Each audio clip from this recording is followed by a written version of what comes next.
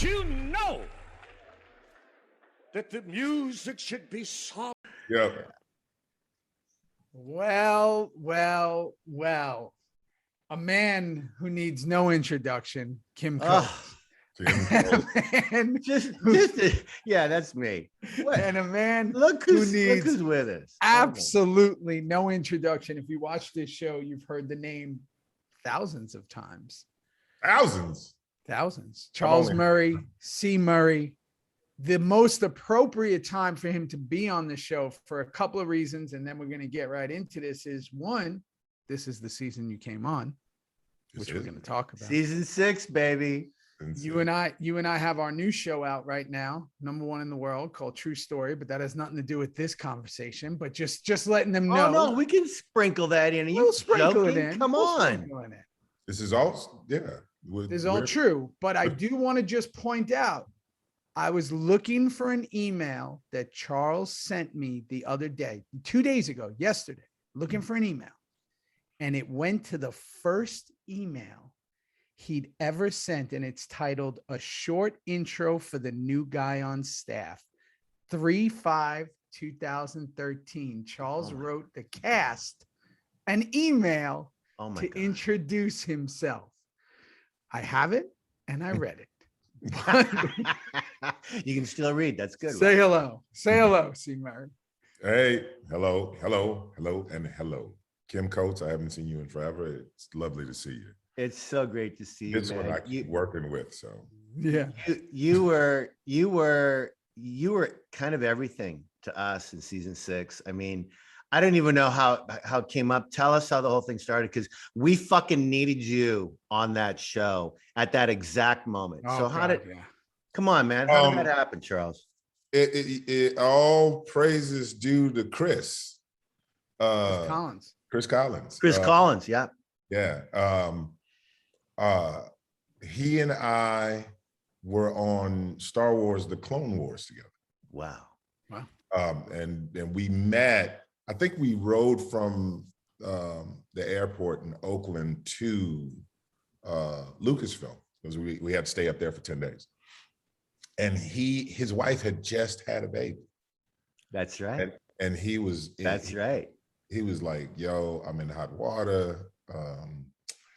My wife's kind of mad at me." And I said, "Look, here's some suggestions on how you should deal with this." And yeah, I think he, took some of them, and he told me the next day, he was like, "Yo, thank you, that really worked." And then we just kind of sat in the room together for 10 days. And I want to say it was meant to be. Yeah. I was on the show because of the way it happened. It was really weird. We finished, and that was in maybe September or October or something like that. And I had been sitting at home because I had finished my first movie, and I financed it. So I was broke as hell. Of course you were. Things never said. Yeah. $300,000, $200,000 coming out of my pocket and out of what I had, done as a TV writer. And I was waiting to get a check. I called Lucasfilm and I was like, "Hey, can I get my check early? Because we're broke." And I went to the mailbox to check to see if it had arrived. A check had arrived. And when I walked back to my computer, there was an email from Chris saying, "Hey, would you be interested in trying out for Sons of Anarchy?" And I was like, trying out. They didn't offer it to you. No, it was, writers come in to interview and to take an interview for sure. Yeah. And so when you say that, that's just with Kurt, or it's with everyone in the room? I didn't know who it was going to be with. I thought it was going to be with Chris, but then it turned out to be Chris, Kurt, and Paris. Sure. Paris Parkin, yeah. And so I had only watched one episode, because I'm friends with Michael Beach.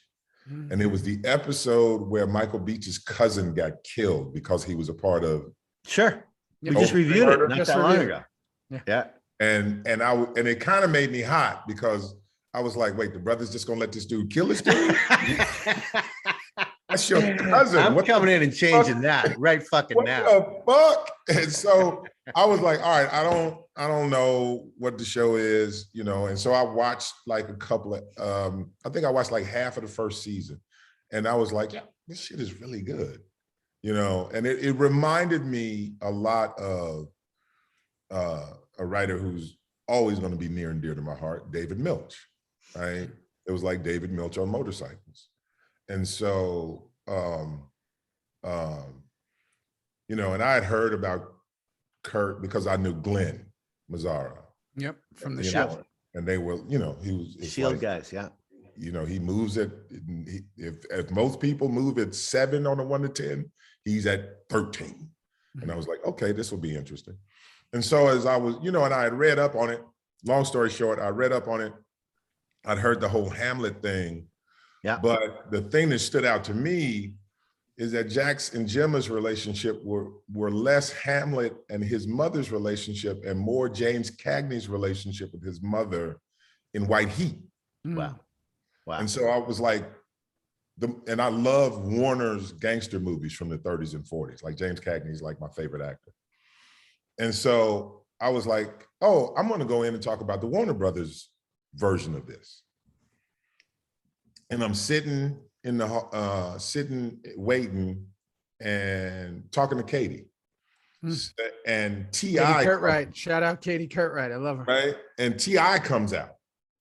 And I was like, T.I. Yeah, right? I was like, this is weird. And then they brought me in. And as I walk in, on Kurt's wall behind him is the White Heat poster. Hey guys. Hey guys. If you want to see this full episode, click on our subscription service down below, where we have not just the rest of the Reaper Review episodes, but we have everything else, which is our other show, Theory. Discord, merchandise, Q&As, so much going on. I can't even keep up, Theo. Greeting videos that we Come send on, to come on. everyone, our merch shops, our exclusive gear, plus again, our other show, Theory, that Kim and I also do. So, hey, continue the journey of Reaper Reviews and also come start the new journey with our Theory show. And that's it. We'll see you there. We appreciate it. See you soon. Can't wait. Appreciate you all. Let's go. Bye-bye.